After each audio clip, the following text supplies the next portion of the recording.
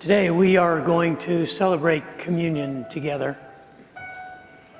This is an infrequent occurrence here in our main services at Riverbend, and you would make a mistake if you thought that meant that this was an insignificant activity for us. We have opportunities every week, in case you were wondering, to celebrate communion. We have folks who make a space who will serve communion to you every week up in what we call the upper room, up above the fountain on the plaza, and it is there for you to have some time to meditate and reflect every week. In fact, the first Sunday of every month we celebrate communion in our 8:30 service, but infrequently we celebrate communion here in our two main services, so you may be unfamiliar with our practice. We practice open communion, and what that means is whosoever will may come. We invite anyone, no matter where you are on your spiritual journey, to participate with us, to remember with us, to reflect with us. We believe this is an exercise, an expression between you and God. We encourage you to reflect on that seriously and thoughtfully. But we invite everyone. Yet no one is required to participate. It's totally fine if you say, this is not my thing, this is not my place. You can let the bread and the cup pass you by, and that's totally fine. But I would invite you to take the time to reflect. As we begin our journey to Easter, Easter just 6 weeks away, is a time when on the ecclesiastical calendar, most churches establish a focus that leads us to the celebration of the sine qua non event of Christianity, the resurrection of Christ. And so in order to do that, we've created some tools, created devotional guides that are online. One of those devotional thoughts is in your bulletin today, an encouragement to practice community as a spiritual discipline. But we're Riverbend, and we don't like doing churchy things, even though we are a church. And so our journey to the celebration of the resurrection is not going to be guided by liturgical traditions or ecclesiastical calendars. Our guide to the celebration of the resurrection is going to be the lyrics to the last song that Jesus ever sung on earth. The final thing he sang, and what I believe was on his mind and on his heart as he entered into the series of events that would end his life as a sacrifice for us. And so we begin that journey today, the journey to the day love died, by following the lyrics of the last song he sang. But before we start that journey, would you pray with me? Father in heaven, I would ask that the words of my mouth and the meditations of my heart would be pleasing in your sight, and that you would use your words spoken by your servant and anointed by your Spirit to embrace us with your strong arm and to draw us close, that we might be enveloped in the embrace of your hope that is the message of this season. Pray that we would all experience that, experience you together today. For I ask that in Jesus' name, amen.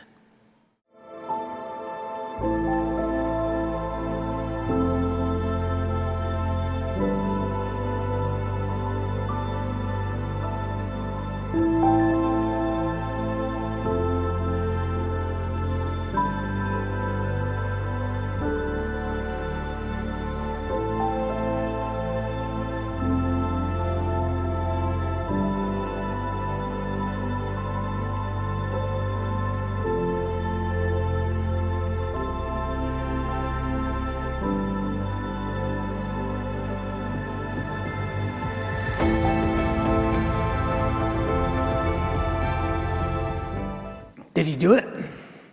I mean, did he do it alone? Lee Harvey Oswald, did he do it alone? I mean, was he the lone gunman? Or were there perhaps others on the grassy knoll? Were there others involved? Maybe the Gambino family, maybe the KGB. Did Lee Harvey Oswald assassinate John F. Kennedy on his own? What do you think? You ever wonder about that? You ever look at the evidence and say, how did this happen? Maybe there was a conspiracy. Maybe there were people who aligned against the President of the United States and decided that he had to be eliminated, and they set the deed in place. Maybe it was a conspiracy. I mean, conspiracies are everywhere. At least conspiracy theories are everywhere. They're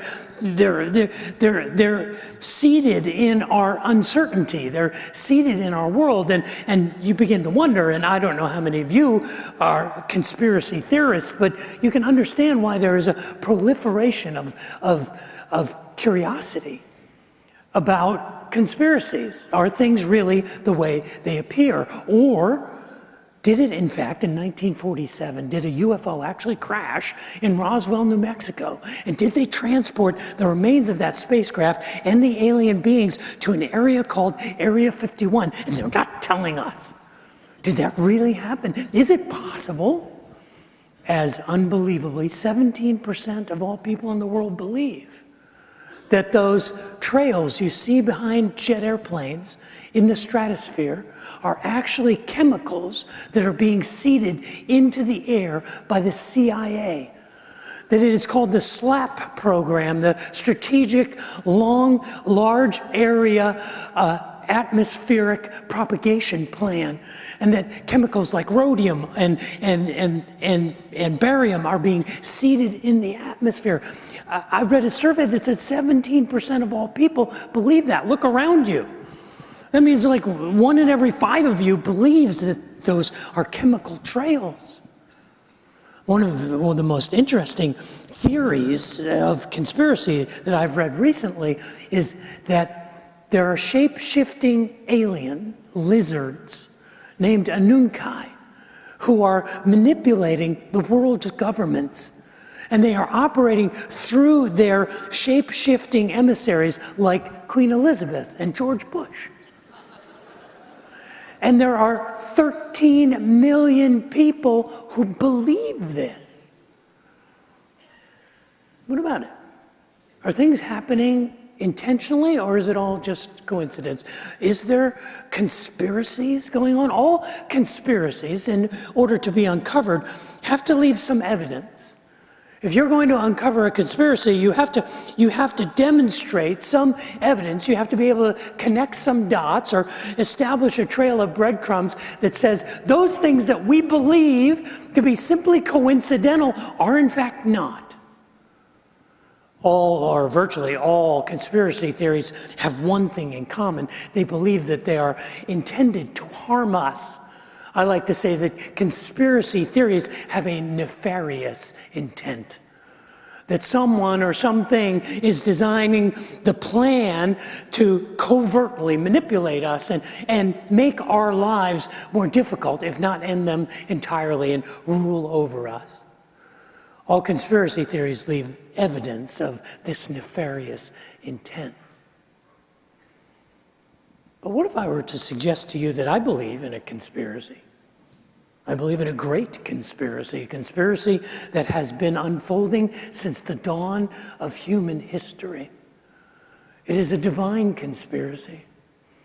And it is not a conspiracy that is designed to harm us, but it is designed to give us hope. It is a conspiracy that God is orchestrating to demonstrate his love for us throughout the course of human history, and that he is leaving sufficient evidence that we might know that no matter what else happens in the world, God is for us and that he loves us. I have solid evidence to believe that this conspiracy is actually taking place, that there is in fact a divine conspiracy, a conspiracy that seeks to expose to us the love of God for us. And the solid evidence I have is I have God's word on it. That's what the story of the Bible is. The story of the Bible is a key to looking at the evidence, connecting the dots of human history, and seeing the activity of God for our redemption, for our benefit, for our salvation. It began in the garden with the establishment and the provision for Adam and Eve and the provision for mankind. Even in a world that was broken and under repair, there was this hope that was given and seeded in Adam and Eve. The story of the rescue of Noah is an amazing story of God's love played out in this story of Noah and his family and the flood. The story of Abraham, a random Middle Eastern Bedouin who was called by God, a childless man who was promised that his descendants would become a great nation, and not just a great nation, but a nation of priests. A nation that didn't exist 6,000 years ago. You think it is simply coincidence that many of the nations that were in power in the day when Abraham was called to establish a nation of priests, the Amalekites and the Hittites, the Jebusites, the Phoenicians and the Philistines, no longer exist, but the descendants of Abraham and Isaac and Jacob still exist on the world scene, still influence the course of world history. You think that's just an accident? Or do you think possibly it is the evidence of a grand conspiracy that God has designed his world to demonstrate to us his love for us? That if anyone is willing to look and to listen, they can see the evidence of this divine conspiracy in our favor of God's love.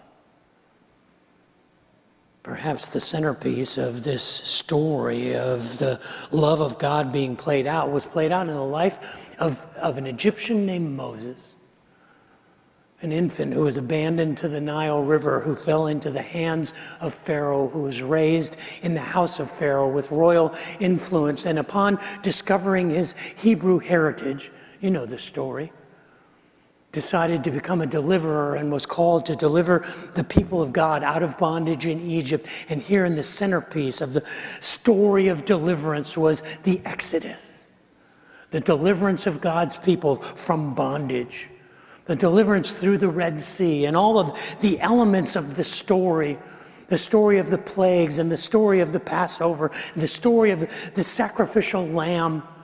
The story of the Exodus and the parting of the Red Sea are clues that connect the dots for us to this place where we can believe that God is conspiring for our benefit. The smoking gun in the Exodus story is the Passover meal. If you remember the story of the Exodus, the plagues were falling on the nation of Egypt to release the grip that Pharaoh might let God's people go. And the most horrific of all of the plagues was the plague that fell on the firstborn male of every household. That on one night, in one moment, the firstborn from every house would be killed. And the only way that that life would be spared would be the sacrifice of a spotless lamb. And the blood of that lamb was to be placed on the header of the door and on the posts as a symbol that that blood was protecting that family. And on the night of that plague being played out over the Egyptian land, the people of God were to gather and celebrate a meal.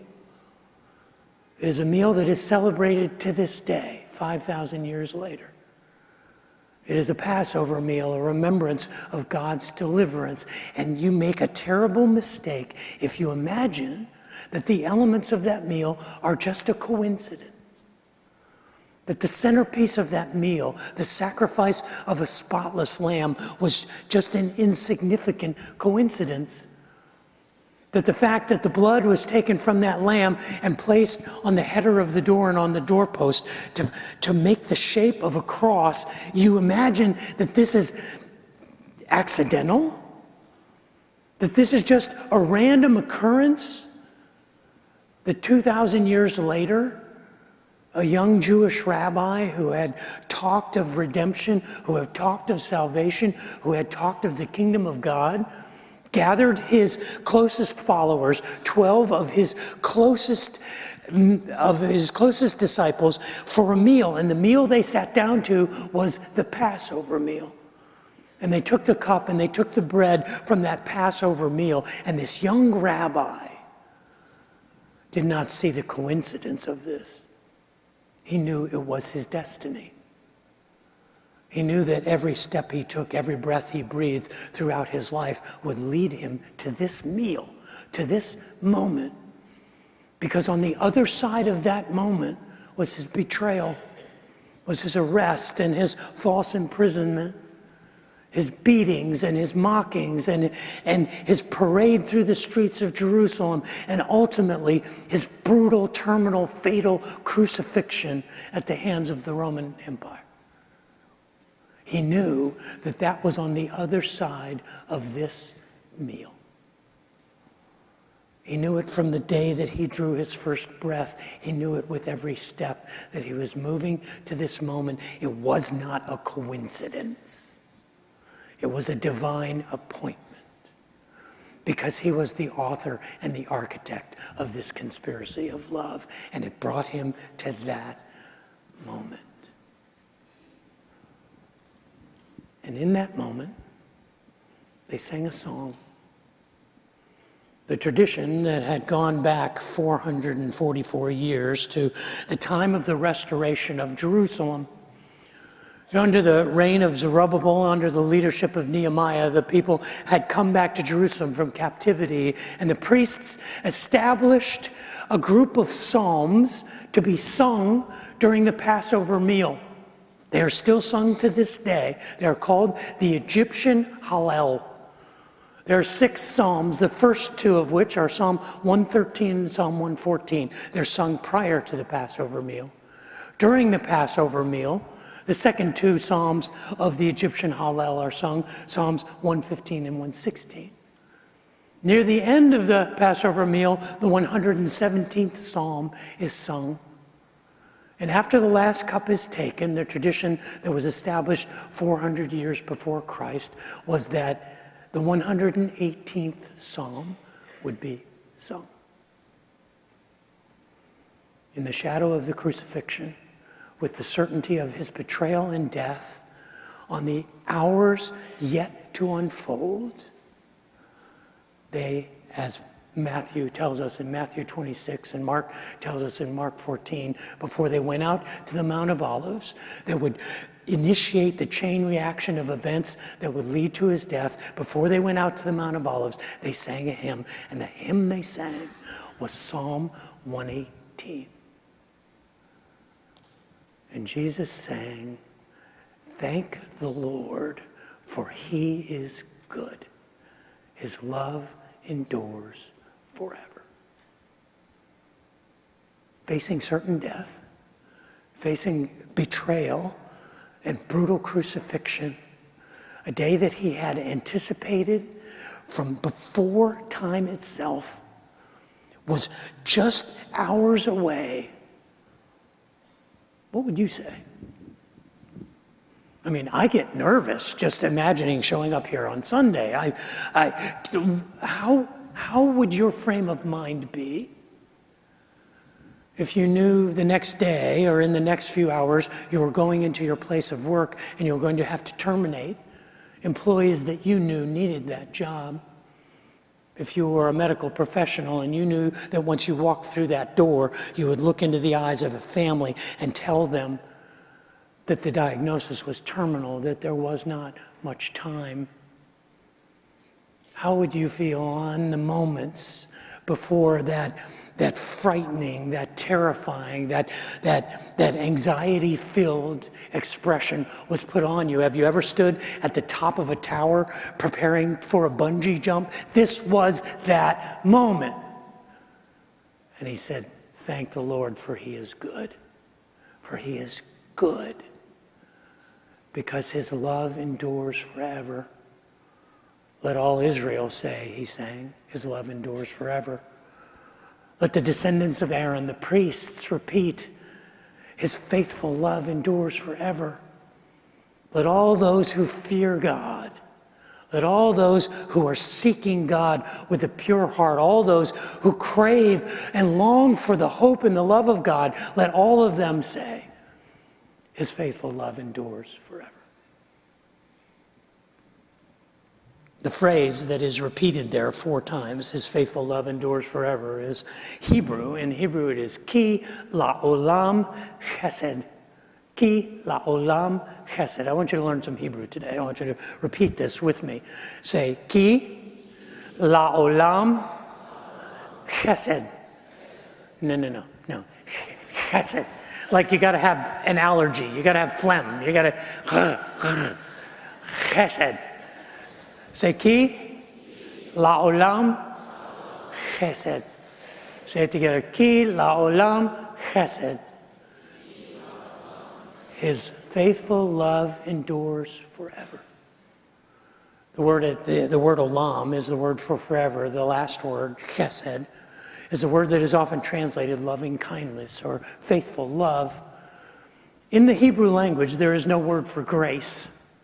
There is no word for agape love. The closest word they have is the word chesed. It occurs thousands of times in the Hebrew Bible, and it represents a covenant commitment. It represents a legal term, actually, a covenant promise. Now, we're familiar with contractual promises. In fact, we're familiar with contractual love. I will love you when, I will love you if, I will love you so that, I will love you because, I will love you for this reason. But chesed is I will love you no matter what. I promise unconditionally to love you. It is a covenant, not a contract. It is unilateral. It is God saying, I will love you even if you never love me. His chesed is olam. It is everlasting. The idea of chesed was birthed in the Exodus. In Exodus chapter 34, after God on Mount Sinai had presented Moses with the 10 Commandments, he gives him a description of who he is. God says, I am Yahweh the Lord, the God of compassion and mercy. I am slow to anger, and I am filled with chesed. I am filled with unfailing love. I lavish chesed to 1,000 generations. I forgive iniquity, rebellion, and sin. This is who I am. I am the God of chesed. And as he sat with his disciples in the shadow of the crucifixion, the conspiracy of love played itself out at that Last Supper. And he sang the words, knowing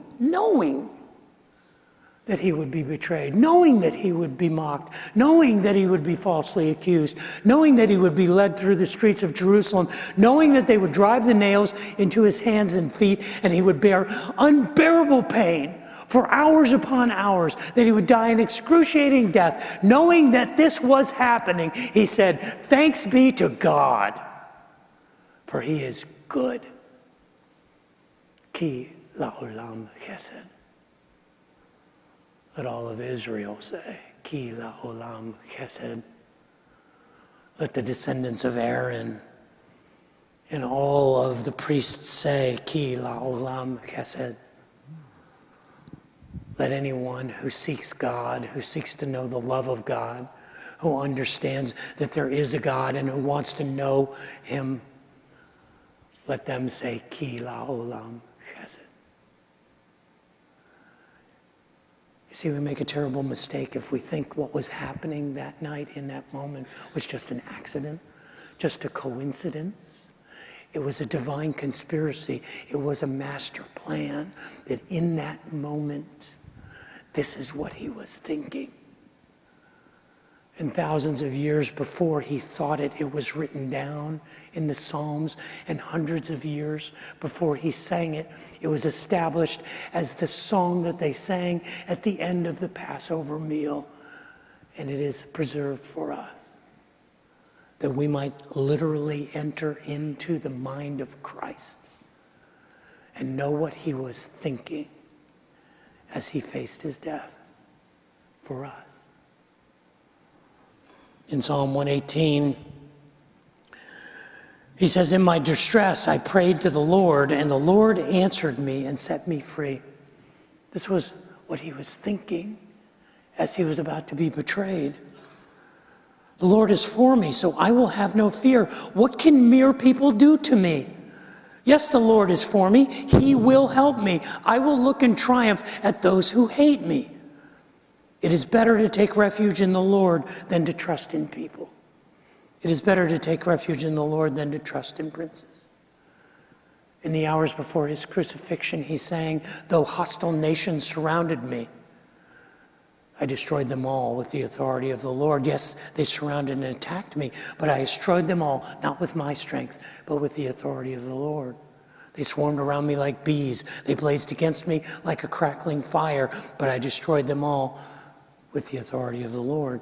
My enemies did their best to kill me, but my life did not end in death. The Lord rescued me. The Lord is my strength and my song. He has given me already, in advance of this experience, he has given me victory. Songs of joy and victory are sung in the camp of the godly. That's what I'm singing. The strong right arm of the Lord has done glorious things. He was the right hand of God. The strong right arm of the Lord is raised in triumph. The strong right arm of the Lord has done glorious things. I will not die. Death will not be the end of my story. Instead, I will live to tell what the Lord has done. He sang these words. "The Lord has punished me severely, but he did not let me die. Open for me the gates where the righteous enter." Through the crucifixion, open the gates that through the crucifixion the righteous may enter, and I will go in and thank the Lord. These gates lead to the presence of the Lord, and the godly enter there through him. I thank you for answering my prayer and giving me victory. The stone that the builders rejected has now become the cornerstone. This is the Lord's doing, and it is wonderful to see. Verse 24 takes on a totally different meaning. This is the day that the Lord has made. I will rejoice and be glad in it. In the face of the terror of the moment, this is the day that the Lord has made. I will rejoice and be glad in it. Please, Lord, please save us. Please, Lord, please give us success. Bless the one who comes in the name of the Lord. That's me. We bless you from the house of the Lord. The Lord is God shining upon us. Take the sacrifice. Take my sacrifice and bind it with cords on the altar. Hold me to it. I am committed to it. He sang these words. You are my God, and I will praise you. You are my God, and I will extol you. Give thanks to the Lord, for he is good. His faithful love endures forever. And the song ends where it began. And the final words that he sang before they left for the Mount of Olives. Give thanks to the Lord, for he is good. Ki la'olam chesed.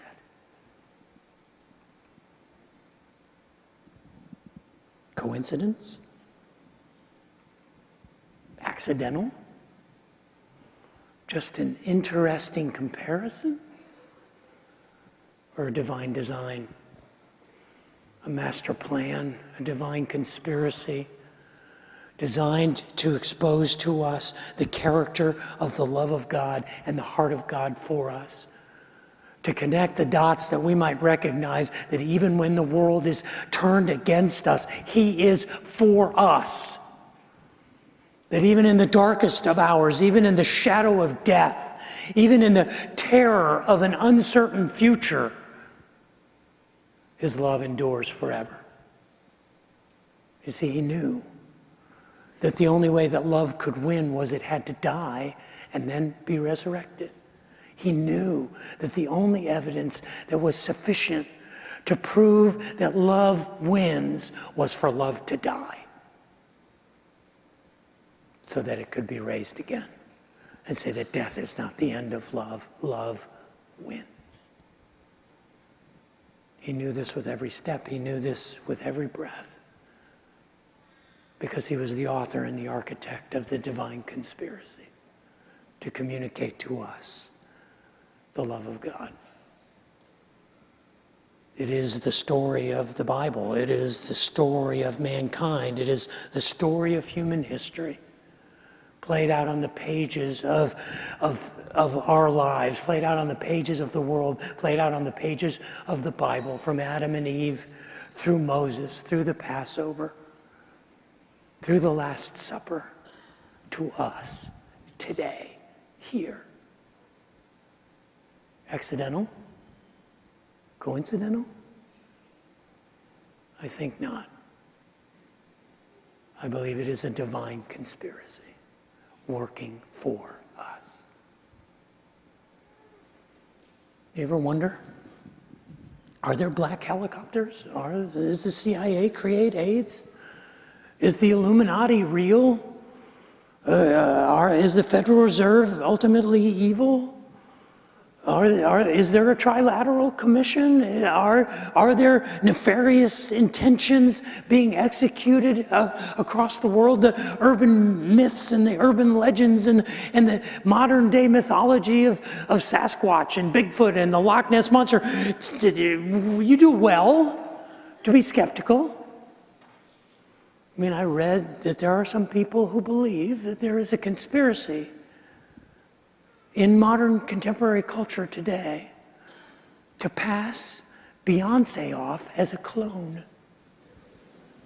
There are people who have created Facebook pages and YouTube channels documenting the difference of Beyonce Knowles when she was in Destiny's Child and the current Beyonce, and their theory is she is not real, she's a clone. That's why she left Destiny's Child. Perhaps she died. Perhaps she's in prison. Perhaps against her will, she's being held by nefarious forces. And what we are seeing is not the real Beyonce, but a clone Beyonce. And who knows, they may even think she is a shape-shifting reptile come to rule over us by the power of the twerk.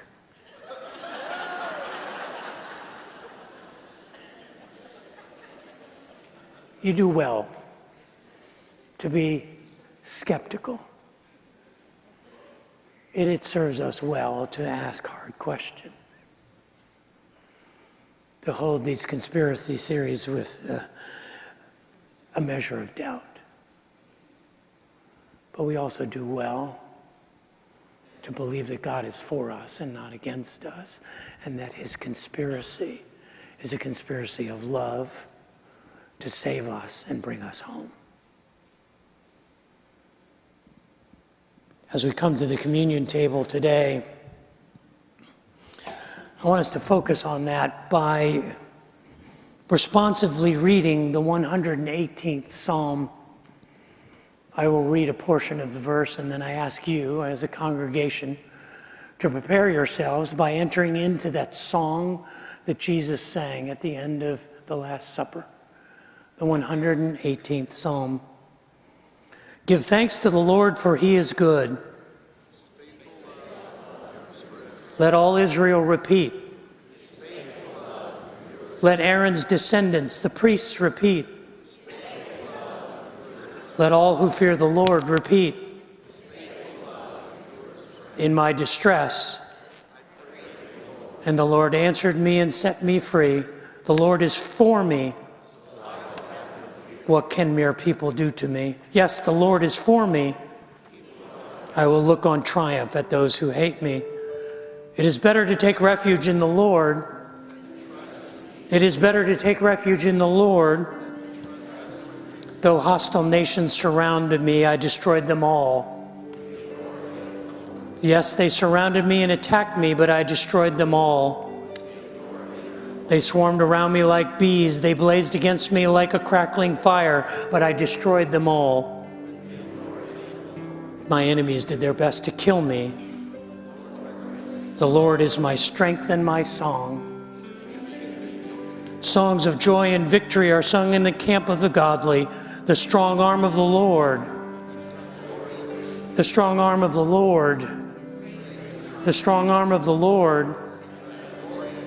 I will not die. Instead, The Lord has punished me severely, but he will not let me die. Open for me the gates where the righteous enter. These gates lead to the presence of the Lord. I thank you. The stone that the builders rejected. This is the Lord's doing. This is the day. We will rejoice. Please, Lord. Please, Lord. Bless the one who comes in the name of the Lord. The Lord is God, shining upon us. Take the sacrifice and bind it with cords to the altar. You are my God. You are my God. Give thanks to the Lord, for he is good. Today, as we prepare for communion, we invite whosoever will to come. We will serve you, first of all, the bread. We simply ask you to take it and hold it until everyone has been served. We'll take it together as a community, as a family. The communion should be done together, even though it is an individual examination. It is a celebration of what brings us together. We ask you to hold the bread until everyone's been served, and we'll take it together in the same way. We will distribute the cup. We ask you to hold that until everyone's been served, and we will take that together. As we celebrate this remembrance, would you pray with me? Father in heaven, thank you for this reminder of your great love for us, of this divine conspiracy which seeks to bring us hope and help and love. Pray that we would experience your embrace and your presence in this place, in this moment today, for we ask this together. In Jesus' name, amen.